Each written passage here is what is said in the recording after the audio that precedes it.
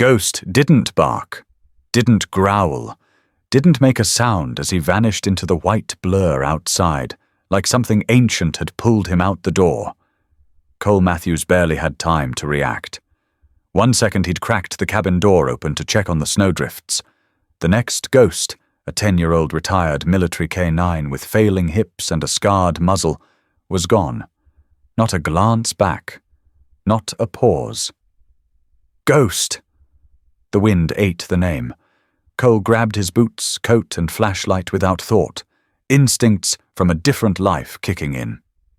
Afghanistan, Syria, Colombia, the missions had changed, but urgency never did. The storm slammed into him like a wall the moment he stepped out. Snow lashed at his face. His breath crystallized before it left his throat. The flashlight's beam barely cut 5 feet into the swirling chaos. "Ghost!" he shouted again, following the only clue he had. Paw prints already filling with snow. He hadn't heard Ghost move like that in years. The dog had been slow to rise in the mornings, stiff on cold days. But tonight? Tonight he moved like he had in Kabul, like someone's life depended on it.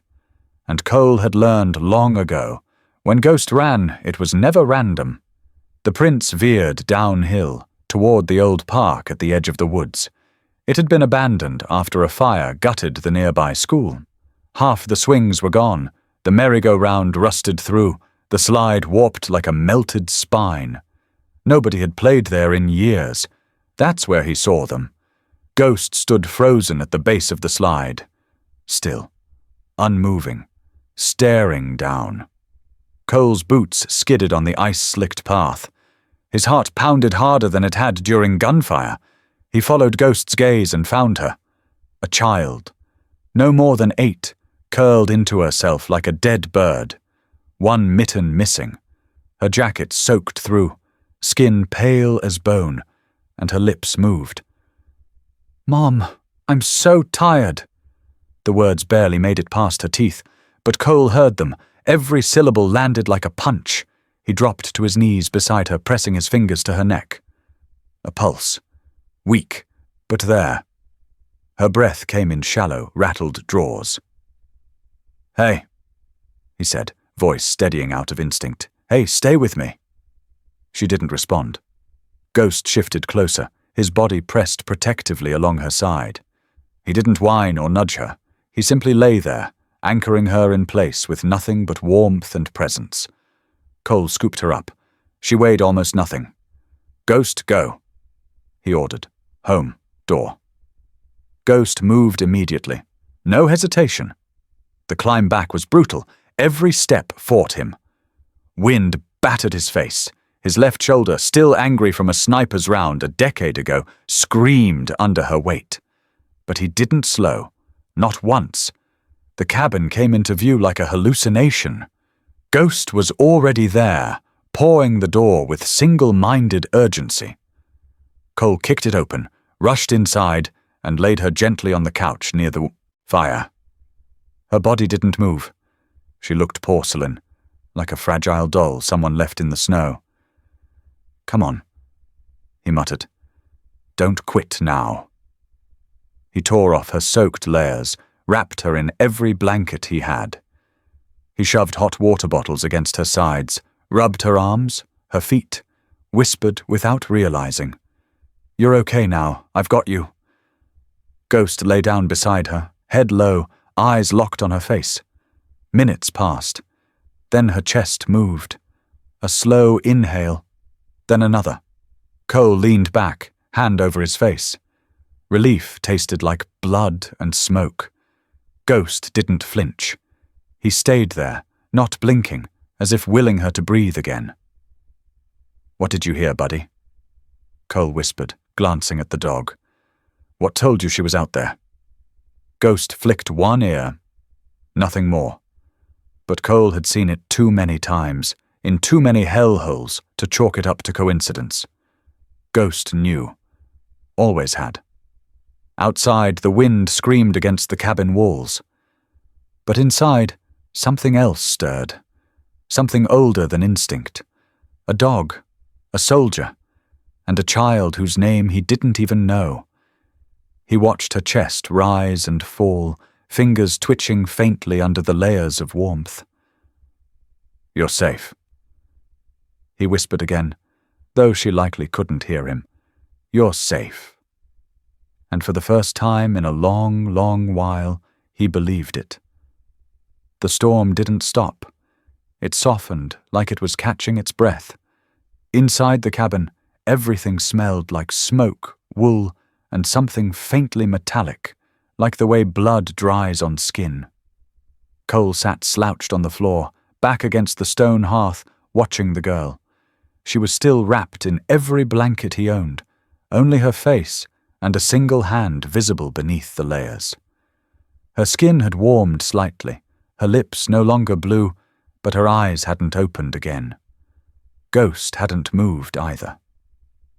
The old shepherd lay coiled beside the couch, his head inches from her shoulder, eyes open and unblinking.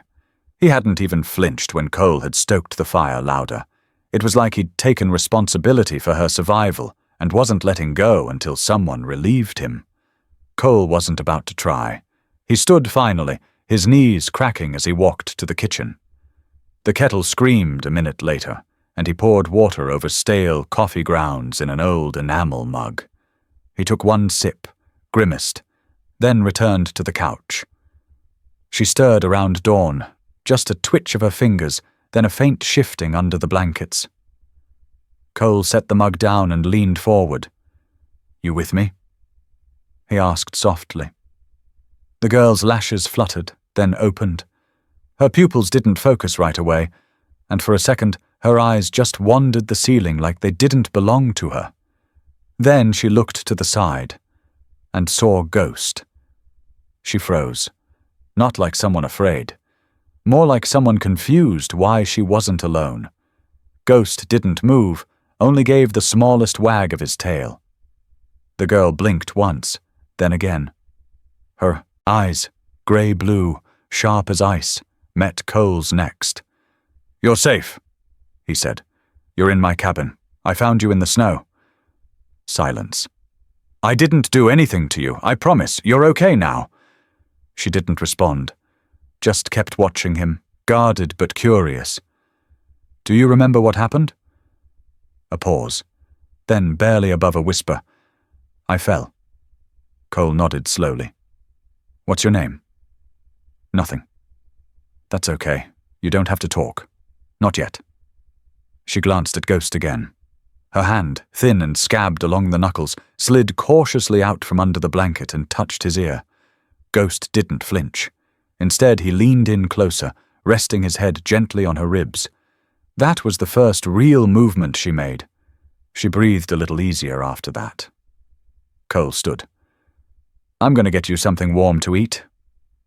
The girl didn't answer.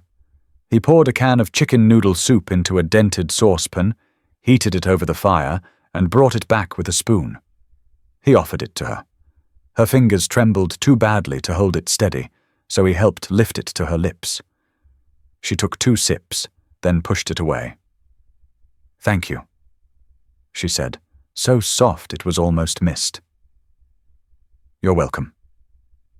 It wasn't until later, when Cole brought her fresh socks and a long flannel shirt, that he noticed the bruises. Faint but clear. One ringed her wrist like a zip tie had been there too long. Another bloomed yellow and purple along her collarbone, visible when the shirt slipped slightly from her shoulder. There were older scars, too, faded lines across her forearms and thighs that didn't match playground scrapes. He didn't ask. He just said, "I'll turn around while you change." She didn't speak, but when he turned back 10 minutes later, she was curled up in the shirt on the couch, staring at the fire. Ghost was still beside her. "Did someone hurt you?" he asked gently. No answer, but she turned her face away, toward Ghost, and that said enough. Cole walked to the woodpile, threw more logs into the fire. When he turned back, she was asleep again, fingers twisted in Ghost's fur. He spent the rest of the day checking radio signals. Nothing. Power was still out across the whole ridge. Cell service didn't exist this deep in the wilderness. The nearest town was 12 miles away, and the road was buried under 3 feet of snow. They weren't going anywhere. By the time night fell again, the girl had woken twice more but hadn't said another word. She watched everything, memorized exits, tracked his every move with her eyes. And Cole recognized that look. It was the same one he'd seen in refugee camps, in war zones, in the mirror after certain missions. This girl hadn't gotten lost in the snow. She had run. When she slept that night, she curled toward Ghost like he was a wall between her and something still chasing her. Cole stayed up, sharpening his old car-bar knife at the table just for the sound of it. The habit. Around midnight, she mumbled something in her sleep. A word. No. Cole didn't move. He just listened. Then another. Don't. Ghost let out a quiet breath, shifted closer to her, and pressed his nose against her chest. The girl relaxed. That's when Cole knew the truth. She didn't just need rescue. She needed to be believed. And Ghost, somehow, had already decided she was worth it. The coat was heavier than it looked. Cole had draped it over the drying rack the night he brought the girl in. Now, 2 days later, it still held the smell of smoke and snow and something he couldn't name. He hadn't touched it since. She hadn't asked for it either. He reached for it that morning when she was curled up by the fire, Ghost lying across her feet like a sentry. She was asleep again, or pretending to be. Cole had learned not to assume. In war, it was the ones who looked the most still that moved first. He lifted the coat carefully, checking the pockets for ID or a school tag. Something? Anything. Instead, his fingers brushed the edge of a small, soaked notebook wedged in the inner lining. Spiral-bound, water-warped, the paper swollen and curled. He pulled it free. It wasn't a diary. It was a sketchbook. The first page was a drawing. Pencil, no color. A dinner table with 3 chairs, 2 occupied by adults, 1 empty. A small figure stood at the corner of the room, hands clenched at her sides. No faces, just shapes. Shadows. The second page showed a hallway. Long, narrow, no doors. The third, a woman with her mouth wide open, yelling at a child who was covering her ears. Each page after that made Cole's stomach tighten. He wasn't looking at the imagination of a kid. He was reading evidence. 1 page showed a basement stairwell. Another, a mattress on a concrete floor, no blanket. 1 showed a washing machine, a figure curled beside it, eyes hollowed out with dark pencil strokes. There were marks on the wall. Tally marks, 23 of them. Cole flipped through silently, slowly, the images growing more frantic, less controlled. Then he landed on the final page. It was a full drawing, no margins. A child curled into a corner, arms over her head. Outside the frame, looming shapes, 3, maybe 4, towering above her. But it was the words that caught him, written in shaky print at the bottom. If I knew how to not be hated, I would have done it already. Cole swallowed hard. He set the notebook down on the table like it might burn through the wood. He stood there for a long time, his hands clenched into fists at his sides. Behind him, Ghost stirred. The dog stood and walked over, standing silently beside the table. He looked at the notebook, then up at Cole. His ears twitched once, his eyes sharp. Focused. "You knew," Cole said under his breath. "You knew something was wrong." Ghost sat, his tail giving a slow tap against the floor.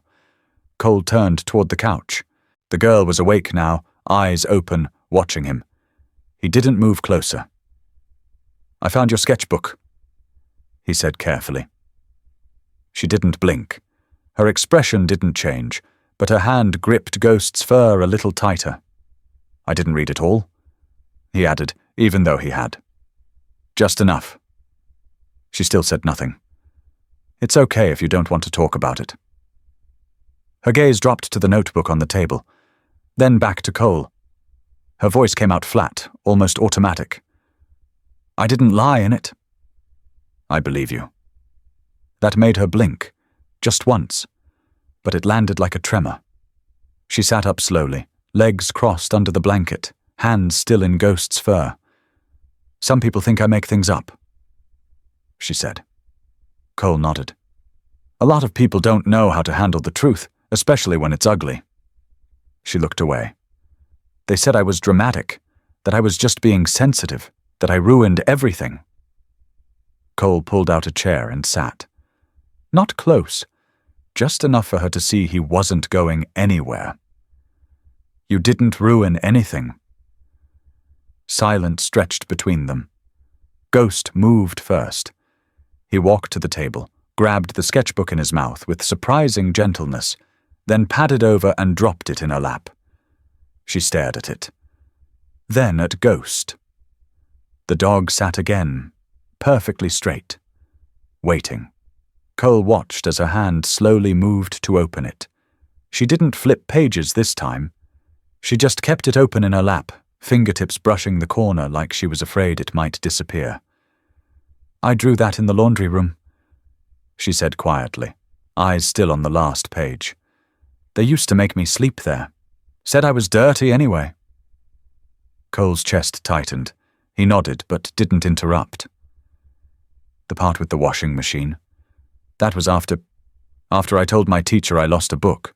They said I embarrassed the family, that I had to earn my way back into the house.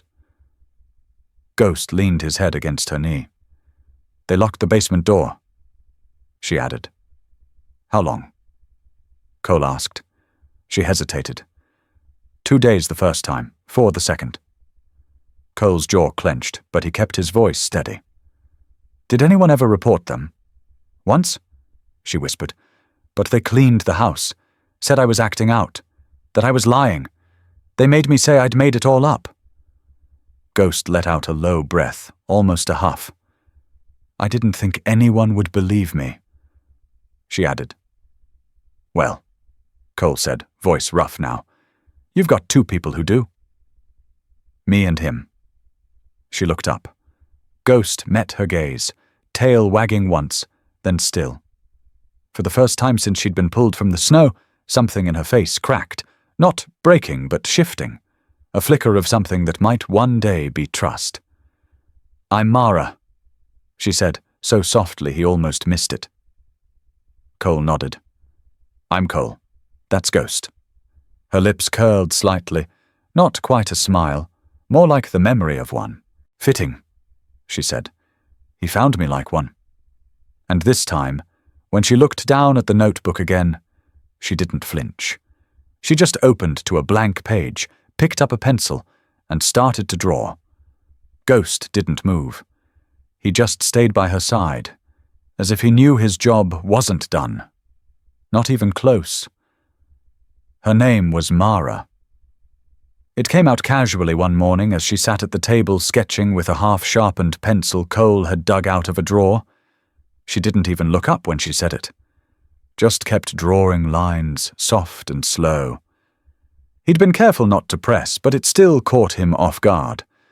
The way she said it, as if she'd just remembered she was allowed to have a name. Mara, he repeated. That's a good name. She shrugged. It's mine. That was all. Cole nodded and poured more water into the kettle. He let it boil, listening to the pop of the wood stove and the lazy thump of Ghost's tail tapping against the floor. The cabin was quiet, but not heavy anymore. It was the kind of quiet that held space for breath. When he sat across from her with a chipped mug of instant coffee, she finally looked up. I used to live in Idaho, she said. Couple hours from here, in a yellow house. Cole kept his eyes on her, careful not to interrupt. With Ray and Denise McKinley. She didn't say who they were. She didn't need to. Ghost, lying on the rug between them, lifted his head. They were my guardians, she said. The word didn't land right. like she was reading it from a manual. They said my mom gave me up because she couldn't handle me, that I was broken. Cole felt something cold settle behind his ribs. Ghost shifted again. He stood and walked slowly to Mara's side, then sat stiffly, his ears half lifted, watching. They used to say I was lucky. Mara went on. Lucky to have a roof, lucky to be fed, lucky to be part of their redemption story. Ghost let out a low, quiet huff. Mara turned slightly, running her fingers through the thick fur around his neck. I wasn't allowed to talk about my mum, or ask about her. I had to earn everything. If I didn't do the chores right, or if I cried, they'd say I was manipulating them. Her hand trembled slightly, but she didn't stop petting Ghost.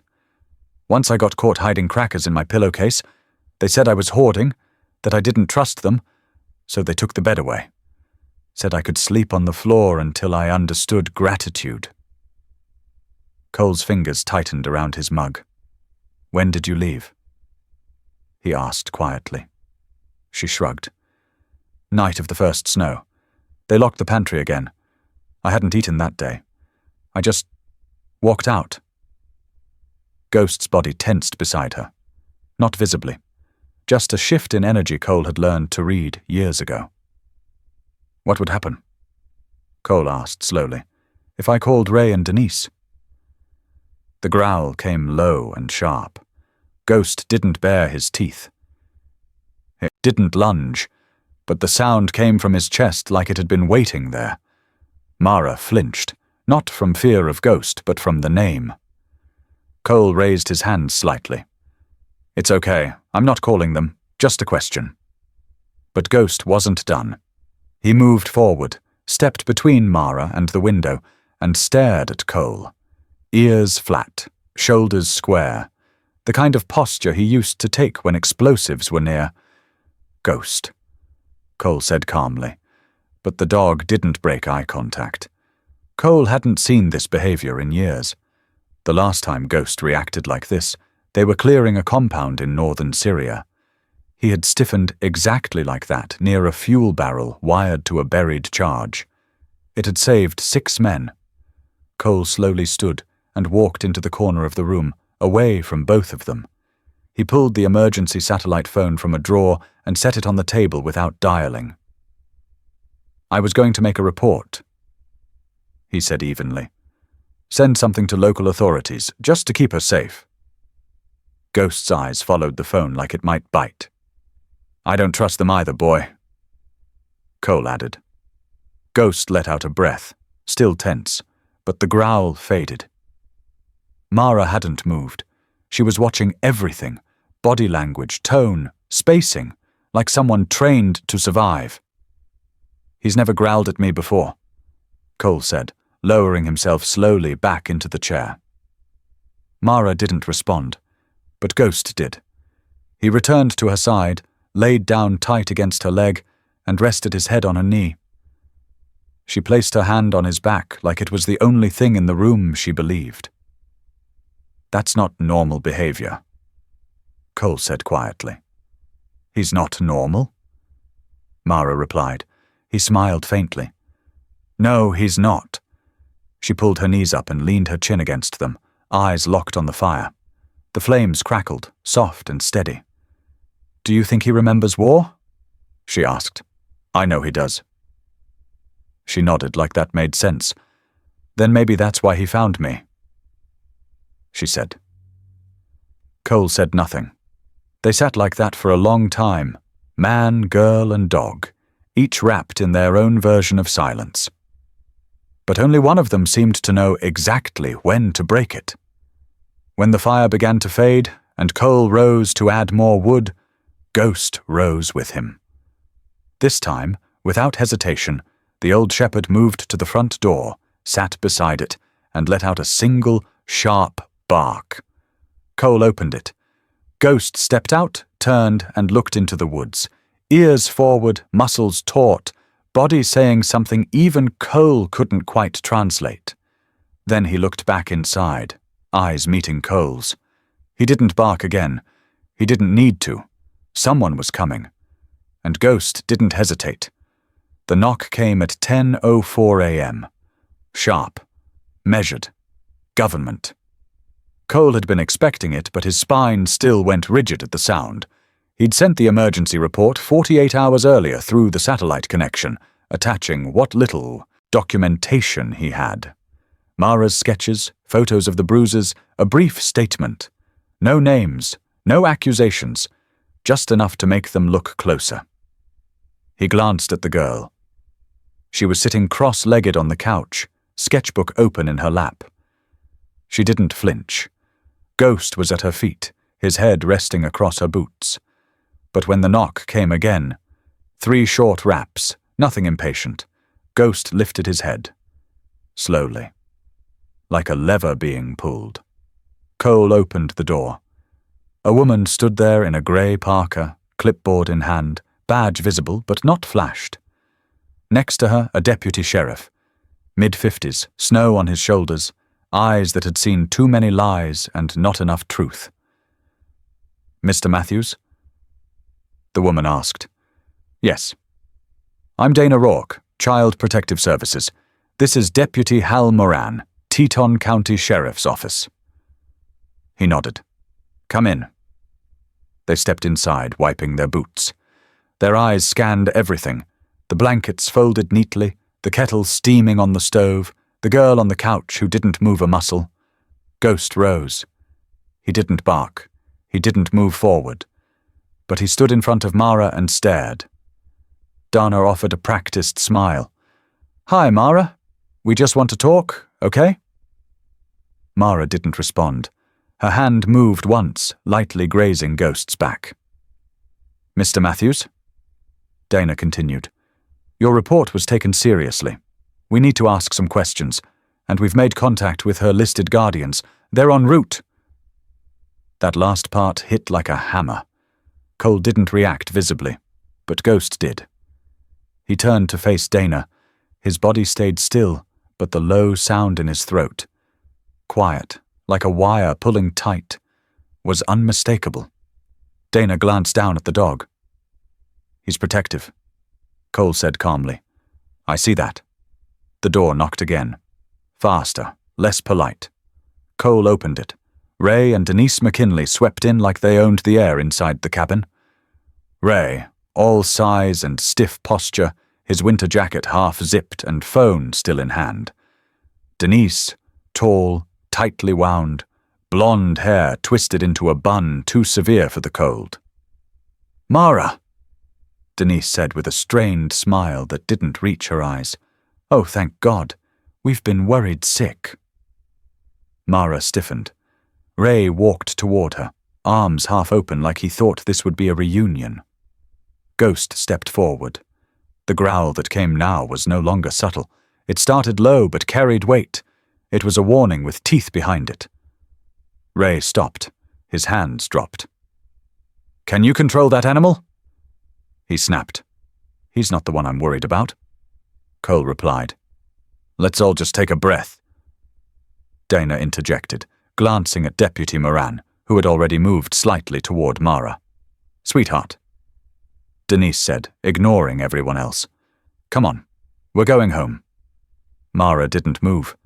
Ghost's stance tightened. Denise took a step forward. That was enough. Ghost let out a bark, short, sharp, loud, the kind of bark that once made insurgents freeze in their boots.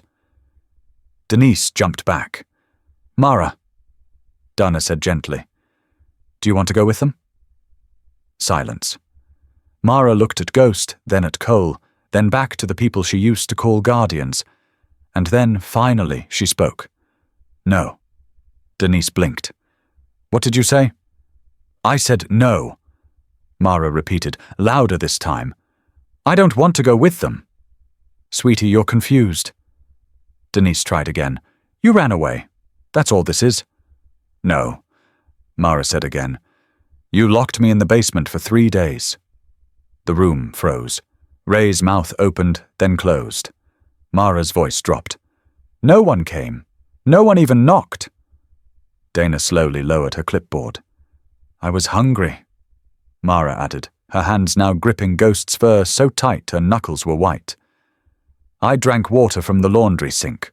You only let me out because people were coming to the house. You're lying, Denise said too quickly. She does this.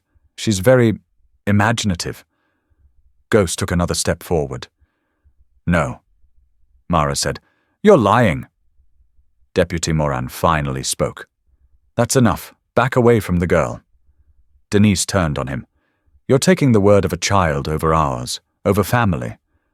I'm taking the word of a child, he said flatly, who hasn't moved an inch from that dog since we walked in.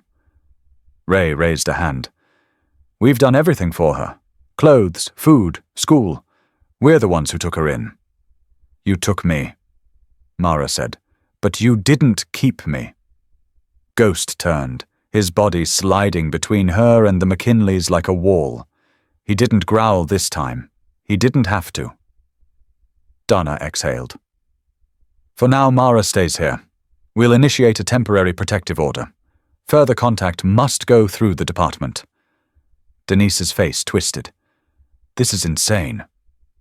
It's official, Moran said. You need to leave. Ray looked at Mara one last time, his expression unreadable. Then he turned and walked out.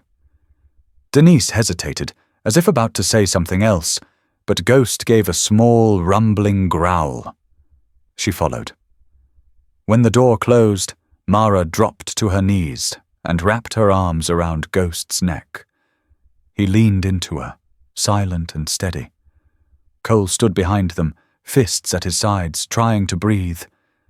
Because somewhere in the tension, in the silence that followed, he realized something terrifying and holy all at once. That dog had known, before the rest of them, before even Mara had said a word. Ghost didn't bark for noise. He barked for truth. The courtroom was too big for Mara. Everything about it dwarfed her. Walls, voices, stairs. She clutched Ghost's collar with one hand and a frayed sketchbook with the other. The pages were bent, but her grip was steady. Cole sat beside her in the front row, silent, jaw tight, boots planted. He hadn't shaved, hadn't wanted to. There was something about the grittiness of his beard that made him feel more grounded, more ready. Ghost sat between them like a shadow, forged from loyalty and iron. It was the second day of the custody hearing. The McKinleys were across the room, dressed in greys and soft blues, trying hard to look the part, measured, reasonable, harmless. Denise wore pearls. Ray's tie bore the emblem of a local church. Their attorney spoke in a tone that dripped concern. Mr. McKinley and his wife only want what's best for the child, the attorney said. She has a history with them. They are her lawful guardians. The judge, a compact woman named Louisa McPherson, raised an eyebrow and turned to the social worker. We've reviewed the reports, the worker said, eyes flicking toward Mara. There are inconsistencies, especially around the 3-day period where Mara was reportedly unaccounted for. Ray stiffened. Denise opened her mouth but froze when Ghost growled. A deep, unhurried sound, not a threat but a warning. The courtroom hushed. The judge leaned forward. You brought the dog into court? She asked Cole. I didn't bring him. He wouldn't stay behind. Cole replied. There was a murmur of restrained laughter in the back, quickly silenced by the bailiff's glance. The judge turned to Mara. Do you want to speak? She nodded. Ghost pressed against her leg as she stood. Her voice cracked on the first word. I was locked in the basement. 3 days. No food, no lights. They didn't come for me. Ray stood up. That's a lie. Sit down, Mr. McKinley. The judge ordered. Denise hissed through clenched teeth. She's not ours anymore. That girl isn't worth raising. Ghost stood. Fully. He moved from Mara's side to the open space between her and the McKinleys. He didn't bark. He didn't lunge. He just stood there, tail low, head tilted, eyes locked on Denise McKinley like he'd memorized her scent in war. The silence in the room tightened. Judge McPherson blinked once, slowly, then looked at the bailiff. "Remove the McKinleys from the room." The bailiff hesitated. Ghost didn't. He took one deliberate step forward. The message was clear. You've done enough. They didn't resist. Not really. The McKinleys left grumbling under their breath. The judge leaned back in her chair. "Miss Mara," she said softly, "do you feel safe where you are now?" "With Cole?" Mara asked. The judge nodded.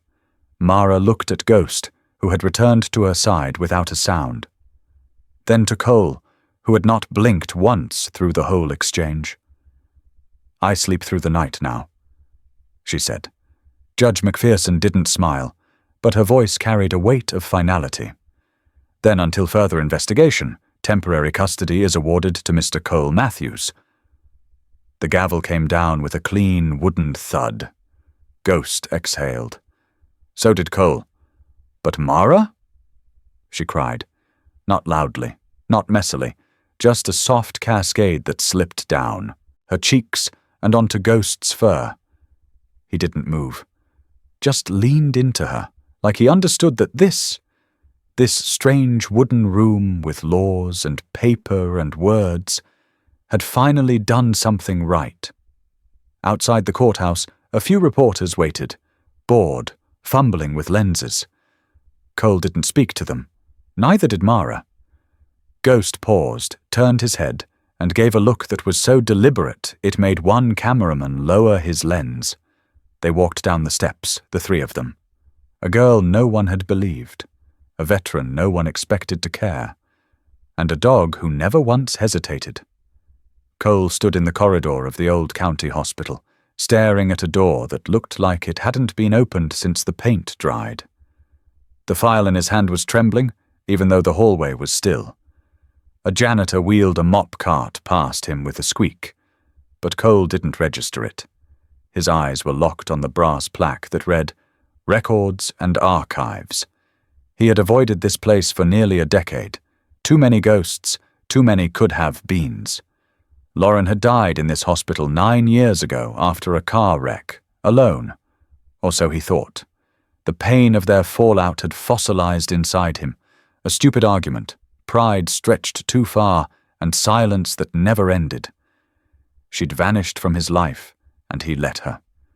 Regret had carved itself into him like etchings on stone, but he never imagined it would come back wearing a child's face. The woman behind the records desk was old enough to remember paper charts and phone cords. She looked at Cole over her glasses, took the form, and disappeared into the back. Ghost sat beside Cole's leg, silent but alert, tail unmoving, sensing the storm brewing in his handler's chest. When the woman returned, she handed Cole a thin envelope. "Only because you were listed on her emergency contact form back then," she said gently. "Don't lose that." Cole didn't open it until he was back in the truck. Ghost climbed into the passenger seat and waited, head slightly tilted. Cole's fingers ripped the seal. Inside were two things: a hospital discharge summary from the day Lauren died, and a single-page document with the name of the infant born 2 days prior. Mother, Lauren Keating. Child, female. Infant transferred to state custody under emergency placement protocols. Placement agency, Blue Ridge Foster Services. Cole's stomach dropped. He knew that agency. He'd fought a trafficking ring that used it as a front years ago. He thought it had been shut down. His phone buzzed. It was Dr. Amelia Park, the pediatric geneticist at the county lab. He picked up. "I rushed the DNA test like you asked," she said. "I double-checked the results. And? Cole, she's your niece. Mara is Lauren's daughter. And from the markers we matched, I'm fairly certain you're her only living blood relative." For a moment, Cole couldn't speak. His throat closed around a sob that had waited 9 years. Ghost whined low, resting his head on Cole's arm. He stared out the windshield. The mountain fog was creeping in, settling over the road like an old secret. The dots connected like shrapnel in a wound. Lauren had tried to do the right thing. She'd been alone, afraid, maybe desperate. She'd reached out to an adoption agency she thought was legit, only for her child to end up in the wrong hands. He slammed the steering wheel with his palm, not in anger, but something deeper. Grief, shame, the kind that aged a man by years in a single breath. Ghost nudged his shoulder. Cole turned to him. "You knew, didn't you?" Ghost's amber eyes didn't blink. They just stared back, heavy with something deeper than instinct. Cole drove straight to the cabin. Mara was sitting on the porch steps, sketching in the dimming light. She looked up as the truck rumbled to a stop. Ghost jumped down first and walked slowly toward her, tail swaying low, ears back, not alert, but tender. Cole approached, his boots crunching against the gravel. Mara glanced between them, puzzled. "Is everything okay?" He knelt in front of her. "Mara," he said, voice raw, "I need to tell you something. Something that should have been told to you a long time ago." Her eyes were wide, already bracing for more bad news. "You're not alone. You never were. You're Lauren's daughter, my sister's. That means—" Her hand flew to her mouth. Cole's eyes filled. "That means your family. You're my niece, my blood." Mara stared at him, stunned. Then slowly she whispered, "But I thought I didn't belong to anyone." "You do," Cole said. "You always did. We just didn't know it yet." Ghost let out a low huff and curled up beside them, pressing his body into Mara's legs like a shield and a promise. Mara reached for Cole's hand. "Is that why Ghost picked me?" "I don't think he picked you," Cole said, voice breaking into a quiet laugh. "I think he recognized you, before I did." That night, they sat on the porch together, man, child, and dog, watching the stars blink into existence. For the first time in a long time, something in Cole's chest began to settle, like a compass realigned, and somewhere deep in the woods, as the moon climbed high and silent, the mountains seemed to exhale. The wind had picked up sometime after midnight, brushing dry leaves against the cabin walls like whispers too tired to finish their sentences. Cole stirred but didn't wake. The fire in the wood stove had long since dulled to glowing embers, casting soft, flickering shadows across the pine floor. Mara's footsteps were the only sound besides the wind. Barefoot, pajama-clad, she tiptoed toward the bathroom, hugging a worn blanket around her. Ghost, ever vigilant, rose from his usual spot near the fireplace and followed, slow and silent. He didn't make a sound, not even the faint click of claws on wood. He hadn't been himself all day. Less food, less tail wagging, more lying with his chin on his paws, watching Mara like she might vanish if he blinked. Cole had noticed, but Ghost was old. Slower, maybe. Tired. Not a red flag. Until now. Mara pushed open the bathroom door, then glanced over her shoulder with a sleepy smile when she saw Ghost there. "You following me again, huh?" she whispered. Ghost's eyes held hers for a moment, soft and glassy. Then he staggered. His legs buckled, his body folded sideways, landing with a muffled thump against the hallway wall. "Ghost?" Her voice cracked like glass under a boot. She dropped to her knees beside him, heart suddenly hammering. His breath was shallow, too slow. His chest barely moved. "Number, number, number." Her hands trembled as she pressed her palms to his fur. "Wake up, Ghost. You're scaring me." He didn't move. "Please, please don't do this." The cabin was suddenly too quiet. No birds, no wind, just a little girl on a cold floor, begging an old dog not to go. "Ghost," she sobbed, burying her face in his neck. "You can't leave, you can't. I didn't get to say it. I didn't say it yet." She looked up, eyes wild. "Cole! Cole!" The bedroom door flew open. Cole, shirt half on, face pale, ran to them. One look at Ghost's limp body and Mara's tear-streaked face told him everything. He didn't speak.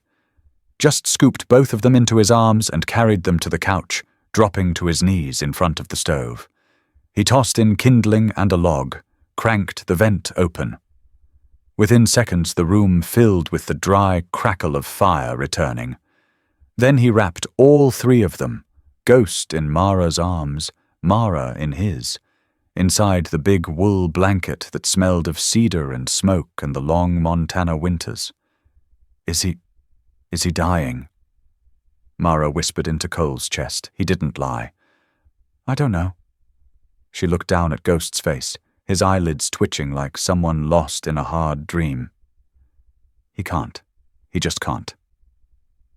Cole's voice was soft, but steady. He made it through things no dog should. You know that. But this time he doesn't have to do it alone, she said, eyes locked on Ghost. I'm here. We're here. Minutes passed, or hours. Time stretched in the quiet, broken only by the fire and Mara's whispered pleas. Then, barely, Ghost's chest lifted. Once, then again. Mara gasped. He's breathing. Cole leaned closer. Slow, but steady. Mara pressed her cheek to Ghost's fur, whispering like she didn't want to wake him but needed him to hear. I love you, okay? I didn't say it before, but I do.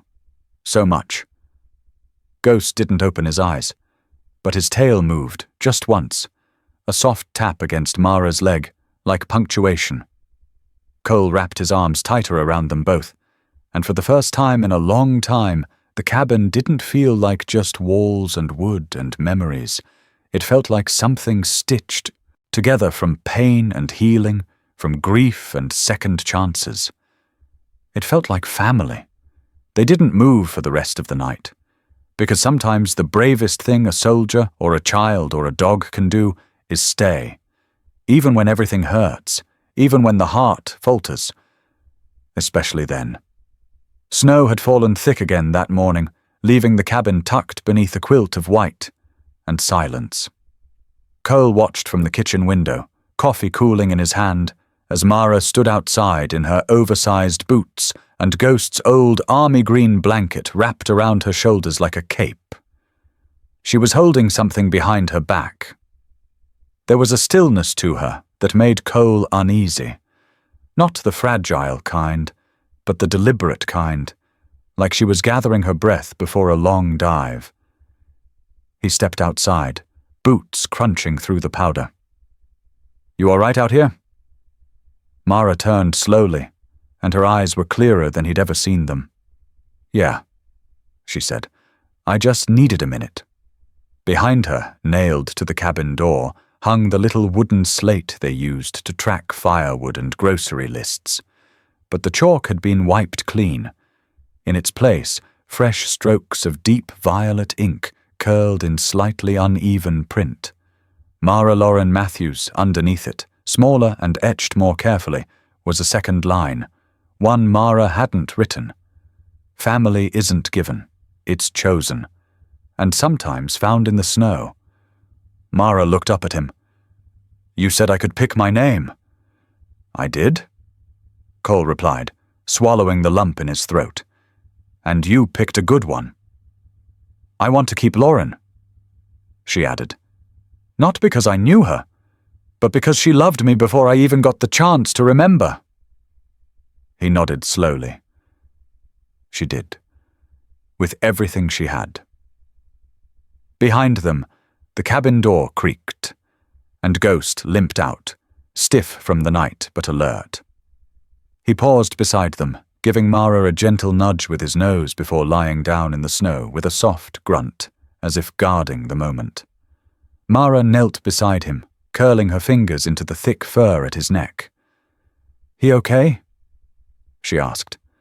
He's tired, Cole said, but he's still got fight in him. Like you. Cole smiled. Maybe more than me. They sat together, the three of them, as the snowfall lightened into a gentle drift. No judge, no courthouse, no audience. Just a piece of wood, a name in purple ink, and 2 lives rebuilt around one girl who'd once been lost. Inside, the fire still glowed. The warmth waited. "Come on," Cole said, rising and offering his hand. "Let's go in." Mara hesitated, then took it. Not as a child clinging to rescue, but as someone ready to build her own way forward. They stepped inside together, and as the door closed behind them, Ghost gave one last look at the sign before following. He didn't bark. He didn't growl. He just stayed. They didn't paint it bright. They didn't polish the brass. The place was left mostly raw, wood, weathered from years of snow and wind, windows that still whispered with memories of storms. But when Cole opened the old ranger station's door that spring morning, something shifted. Not in the building. In him. And in Mara. She stood beside him, backpack slung low, her fingers still ink-stained from writing her new name on the cabin door 2 days earlier. Ghost padded in ahead of them, nose twitching, eyes scanning every corner like it still mattered who came in and out. Because to him, it always did. The hand-painted sign outside read, "Ghost's Watch." Below it, a line that had taken Cole and Mara 3 evenings, 2 arguments, and 1 long silence to agree on. Where no voice goes unheard. No speeches, no ribbon-cutting, just the quiet hum of something beginning. They'd started with a handful of kids, referrals from social workers, teachers, shelters, kids who had run out of adults to believe them, kids who understood silence better than language. Ghost greeted each one the same way, with a stillness that felt like listening. One of them was a boy named Leo, 7 years old, light curls, eyes too tired for his age, and a mouth that hadn't formed words since Christmas. No one knew why. Therapists had tried. Foster parents had cried. But Leo just curled inward, like sound itself had betrayed him. Until Ghost. It happened on a Tuesday. Windy, bright. Mara was teaching 2 younger girls how to plant squash near the tree line when Leo broke away from the others and walked, carefully, like it was something sacred, toward Ghost, who was lying near the porch, alert but relaxed. Leo stood there for a while. Ghost didn't move. Then came the sound. Small, hoarse, like it had to fight its way through months of silence. "Thank you for hearing me." Mara froze, her hand still covered in soil, heart thudding in her ribs. Cole looked up from where he was patching the fence, dropping the hammer. Ghost didn't react like a human would. No tail wag, no celebratory bark. He simply rose, pressed his forehead gently to Leo's, and stayed there. It broke something in all of them. That night, Mara sat on the edge of her bunk, staring at the place where Ghost usually curled up to sleep. But he wasn't sleeping. He was watching the window. "He always hears," she said softly, as Leo clutched the corner of her flannel shirt to stay near. "Even when no one else does." The sign on the old ranger's cabin remained untouched, except for a second line Leo had asked to paint himself later that week. He wrote it in crooked blue letters, just beneath the name. "What about you? Has anyone, animal or human, ever heard you when no one else did?" No one edited it. No one fixed the uneven spacing or the smudge where he misspelled animal the first time and crossed it out with a shaky line. That imperfection stayed, because the truth isn't always clean. Sometimes it's found in splinters, in the steady breath of a dog who won't leave, in a child's first word after silence, in a battered ranger station that learned to listen again. The story didn't go viral. No cameras showed up. But kids kept coming. Sometimes with bruises, sometimes with records, sometimes with just a name and a garbage bag full of clothes. Ghost never missed a step. And if you ever drove up the winding road to Ghost's Watch, past the pine-lined trails, past the place where snow still lingered even in May, you'd see them. 3 silhouettes on the porch. One man who used to be broken, one girl who chose her name, and one old German shepherd who never needed words to speak. If this story moved you, if Ghost made you pause, made you feel seen, support the work we're doing by sharing this. Help us build more places that listen. For every child, every survivor, every voice that thought it was alone. Ghost heard them first. Maybe it's time we all did. But maybe the story wasn't quite over. One evening, just as the sky melted into that soft, orange hush only the mountains know, Mara stood at the edge of the field behind Ghost's watch. Cole was inside, hammering the final shelf into place for the new reading nook. Kids were laughing somewhere out back. And Ghost, older now, slower but just as alert, lay by the door, ears still twitching at every unfamiliar sound. Then it came. A low rumble, not thunder, a Humvee, tires crunching gravel. A soldier stepped out, tan uniform, eyes shadowed, and beside him a dog, gaunt, burn scars where fur should have been. But the way his eyes locked with Ghost's, it was like watching two ghosts recognize each other. Mara's breath caught. Cole stepped beside her. "You see it too?" She nodded. "That dog's been through hell." Cole watched as the soldier approached, removing his cap. "Maybe he's not the only one." Ghost rose, slow but steady, and took one step forward. And in that silence, something shifted. Because some stories don't end. They wait. For the next cry, the next knock, the next broken soul who needs someone to hear them. So stay close, because somewhere out there, in the dark, another story is already listening. Coming soon, Ghost's Watch, Part 2. If this story moved you, share it. Support the voices that aren't always heard, human or animal. Subscribe to the German Shepherd channel for more true, powerful stories of loyalty, healing, and second chances.